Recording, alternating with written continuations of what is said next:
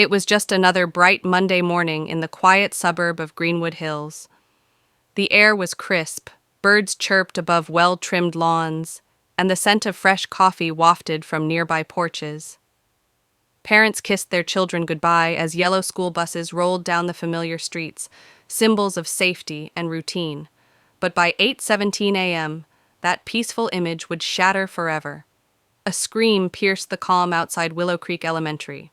The first person to the scene was Mrs. Claudia Ramirez, a crossing guard who had worked her morning post for nearly 15 years without incident. When bus number 46 failed to open its doors at the usual time, she grew concerned.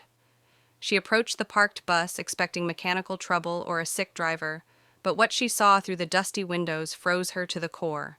5 children, motionless in their seats, eyes open, still. Claudia's screams brought others running, teachers, parents, even students. Within minutes, the schoolyard was cordoned off, sirens blaring as first responders arrived. But it was too late. The 5 children, all between the ages of 7 and 10, were declared dead on the scene. No signs of visible wounds, no shattered glass, just silence, eerie and absolute. The tragedy gripped the town like a cold fist. News vans descended upon the school like vultures. Images of the yellow bus surrounded by yellow tape flooded TV screens and social media timelines. The nation mourned as the victims' names were released. Lily Tran, age 9, Caleb Matthews, age 7, Jaya Singh, age 10, Samuel O'Donnell, age 8, and little Ava Brooks, just 7, who had brought her stuffed bunny for show and tell that morning. It was found still clutched in her tiny arms. The town demanded answers. How could 5 healthy children die inside a bus on a cool morning with no signs of violence? Parents were terrified. Rumors spread like wildfire. Gas leaks, carbon monoxide poisoning, even food contamination. But the autopsies told a darker story. Traces of a rare and fast-acting sedative were found in the children's systems. A drug so obscure, it wasn't even stocked in local pharmacies. It had been administered in precise doses. This wasn't an accident. It was premeditated. It was murder. Within 48 hours, police arrested a man, Leonard Griggs, 42, a former bus driver with a disturbing record of mental illness and a recent termination from the school transport company. Surveillance footage showed him near the bus depot the night before. His fingerprints were found on the rear emergency exit handle. That was enough for a warrant. Enough to parade him before cameras in handcuffs, labeled a monster. But something didn't sit right. Parents who knew Griggs said he was odd, yes, but never violent. And why would a man with no personal connection to the children commit such a horrific act? And more importantly, how had he gotten past the depot's supposedly secure locks and guards? The questions multiplied, but the town clung to a single fragile comfort. The man was behind bars. Justice, they hoped, would follow swiftly. They were wrong. What no one knew, not yet, was that the arrest was only the beginning. And the nightmare that began inside that school bus was far from over, because in just a few days, the man accused of one of the worst child murders in recent history would escape, and no one could explain how. The deaths of 5 innocent children inside a school bus had already shaken the town of Greenwood Hills to its core. But by the end of the day, it wasn't just a local tragedy, it was a national headline. Bus of horror, 5 children found dead in suburban nightmare. Mass murder in broad daylight. Are our kids safe? How could this happen? News anchors spoke with heavy tones and furrowed brows. Politicians called for swift justice. Social media erupted with grief, fear, and fury. Hashtags like "Justice for the 5" and "Never Again" trended within hours. Candlelight vigils appeared outside schools across the country. Parents posted pictures of their own children getting onto buses that morning, accompanied by captions like, "It could have been mine." In Greenwood Hills, anger began to boil over. Parents demanded resignations. The school board held emergency meetings, and the transportation company responsible for the bus fleet was hounded by journalists.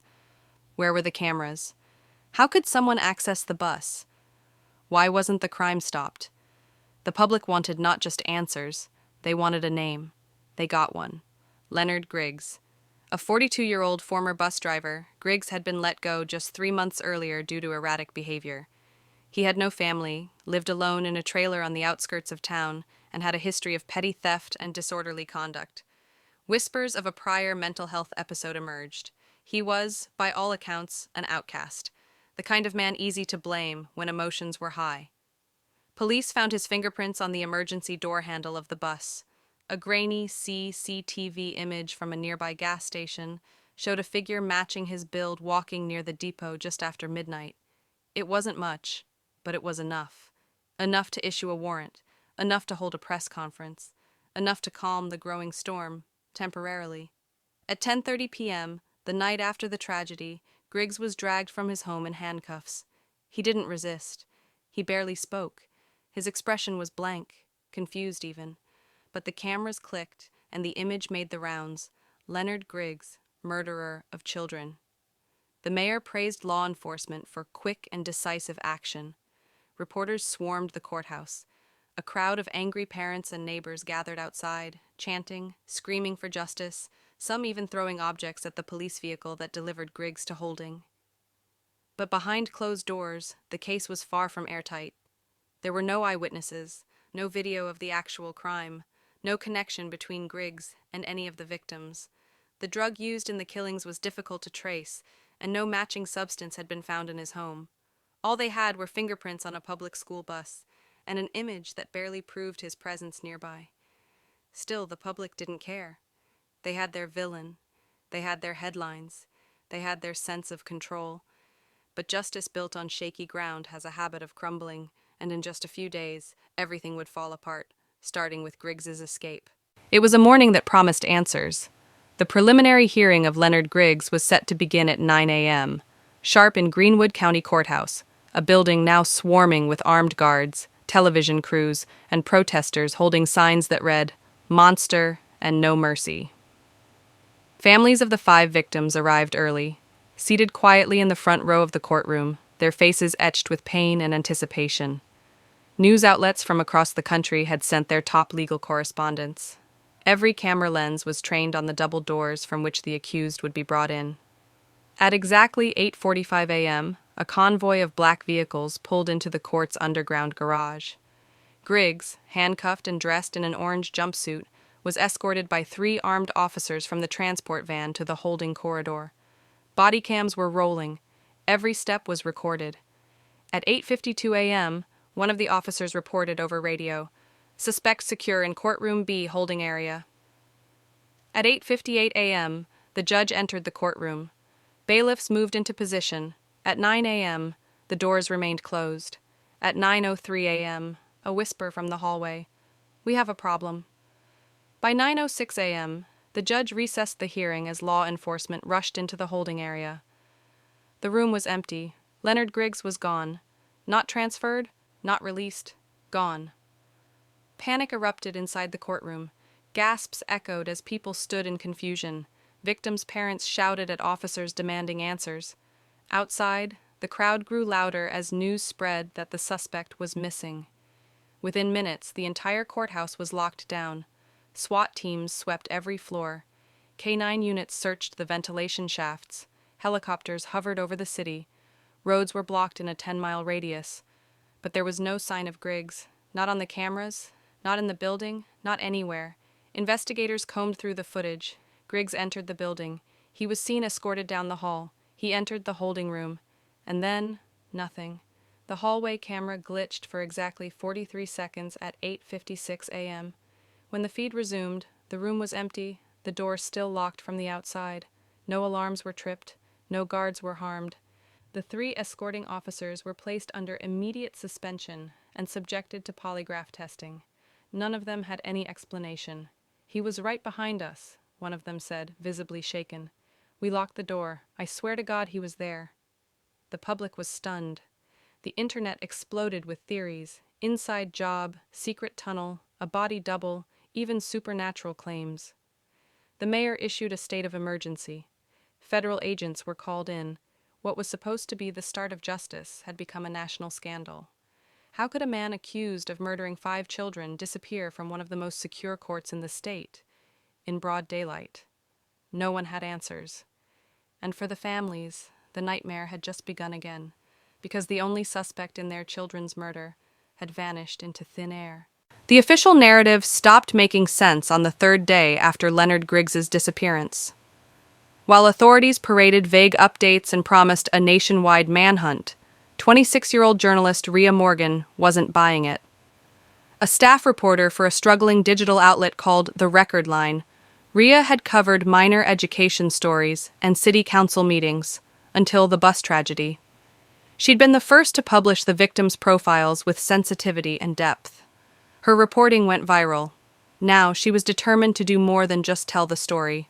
She wanted the truth. Rhea began with the surveillance glitch.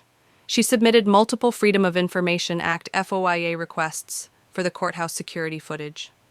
After being stonewalled for 72 hours, she received heavily redacted clips with muted audio and jump cuts.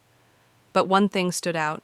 Officer Darren Cole, the lead escort, entered the holding area twice. The second time, his uniform was missing the department-issued body camera. Why? Rhea dug into Cole's record. Nothing unusual, until she found out he had a brother recently fired from the same security firm that managed the courthouse's surveillance systems. His brother had also filed for bankruptcy just weeks prior. Conflict of interest? Motive? Rhea pushed harder. She arranged an off-the-record meeting with a janitor who worked in the building's lower maintenance levels. Nervously glancing around the diner where they met, the man confirmed that 2 weeks before the hearing, contractors had done routine work in the basement, near old, disused tunnels from the courthouse's original 1905 structure. No one knew the exact layout anymore. Most believed they'd been sealed off decades ago. They hadn't. Using archived blueprints from the city's planning office, Rhea identified one tunnel that led from the courthouse basement to a nearby maintenance shed on an adjacent block. A perfect escape route, if someone had the keys. Rhea pitched the findings to her editor. He hesitated, accusing police officers and a private security firm of aiding in the escape of a suspected child murderer wasn't just risky, it was dangerous. "Do you have proof?" he asked. "Not yet," Rhea said, "but I'm getting close." She didn't stop. Next, she looked into the transport logs. The vehicle that brought Griggs to court that morning belonged to a private subcontractor, Highline Detention Services, recently awarded a lucrative contract despite multiple lawsuits in other states. The company had ties to a lobbyist group with influence over several state politicians, including one judge on the courthouse panel. Now, it wasn't just a mystery, it was a web. Each discovery tightened the knot around something bigger than one man's escape. The system meant to deliver justice, courts, cops, private contractors, was riddled with gaps, or worse, collaboration. Still, Rhea had no idea just how deep it would go. Because somewhere, someone was watching her pull on the threads. And the closer she got to the truth, the more dangerous it would become. The deeper Rhea Morgan dug, the more the case unraveled. At first it seemed like incompetence, a broken camera, a missing key, an officer with questionable connections. But now, after 2 weeks of sleepless nights, coded emails, and hushed interviews, the evidence pointed to something far more calculated. This wasn't a random escape. It was a planned extraction. Using city records and phone data leaks obtained from a whistleblower inside the courthouse security firm, Rhea traced a series of encrypted calls between Officer Darren Cole and a burner phone registered under a fake nonprofit called Children's Renewal League, a name that had never appeared in any local charity database. The League had no website, no public events, no donation records, but the phone was real and active. What shocked Rhea most was where the signal had pinged the morning of the escape, not far from the abandoned warehouse near the old courthouse tunnel exit. She wasn't chasing a fluke anymore, she was chasing a group. Further digging uncovered that this so-called league had filed paperwork out of a law office in New York, one linked to multiple sealed federal cases involving human trafficking, psychological experimentation, and covert detainment programs. Several of these cases had been quietly dismissed due to lack of admissible evidence. Rhea brought her findings to a trusted federal contact, an ex-FBI agent named Marcus Keene, now working independently. After reviewing her evidence, Marcus said something that chilled her to the bone. "This isn't about Leonard Griggs. He's just the shell they used. The real killer was never meant to be caught." According to Marcus, groups like the League operate in the shadows, often conducting field trials of substances, sometimes lethal, on the most vulnerable populations. The sedative found in the children's systems wasn't something a disgruntled bus driver could easily obtain. It was experimental, military grade, and the murders, horrifying as they were, may have been part of a sick test, not a personal vendetta. Leonard Griggs, a mentally unstable man with no clear motive, was the perfect fall guy. Disposable, unquestioned. Ria's articles exploded online, drawing praise and threats. Anonymous messages flooded her inbox. "You're in over your head. Back off or you'll disappear like he did." Then came the final blow. A new video surfaced, sent to her via an untraceable link. In it, taken from a shaky cell phone camera, a man who looked nothing like Griggs was seen entering the bus yard 2 nights before the tragedy. He wore a school transport uniform and carried a silver case, the kind used for storing vials. The man was never arrested, never questioned. His identity remained unknown. The real killer had walked away untouched. And the group that helped cover it up? Still operating, still watching. The case that had rocked the nation was far from over. It was only just beginning, and now Ria had a choice: walk away and stay safe, or follow the truth wherever it led, even if it killed her.